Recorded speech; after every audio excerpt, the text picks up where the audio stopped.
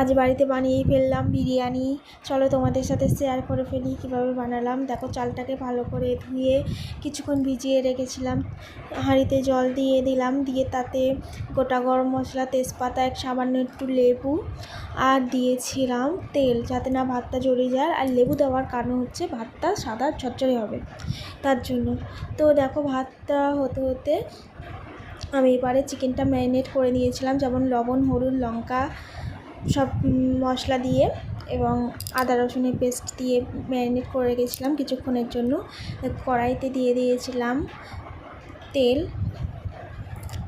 তেলটা গরম হয়ে যেতে দিয়ে দিলাম আলুটা আমি সিদ্ধ করি না, আলুটা আমি গোটাই ভাজি। তোমার ওই গোটাটাই ভালো লাগে, সিদ্ধ করাটা ভালো লাগে না, তাই গোটাই ভাজি, বেশ ভালোই হয়। তোমরা চাইলে ট্রাই করতে পারো, বা যে যেমন পারো করতেই পারো। তো হাঁড়িতে ভাত হতে হতে লবণ দিয়ে ভাত নামিয়ে নিয়েছিলাম মাঝখানে।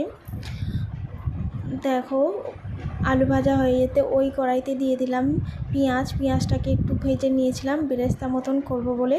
বেরেস্তাটা তুলে নিয়ে ওই কড়াইতে দিয়ে দিলাম সামান্য তেল, দিয়ে দিলাম গোটা গরম মশলা, তেজপাতা দিয়ে পেঁয়াজ টমেটো দিয়ে আদা রসুনের পেস্টটা দিয়ে ভালো করে কষে মাংসটাকে কষে নিয়েছিলাম।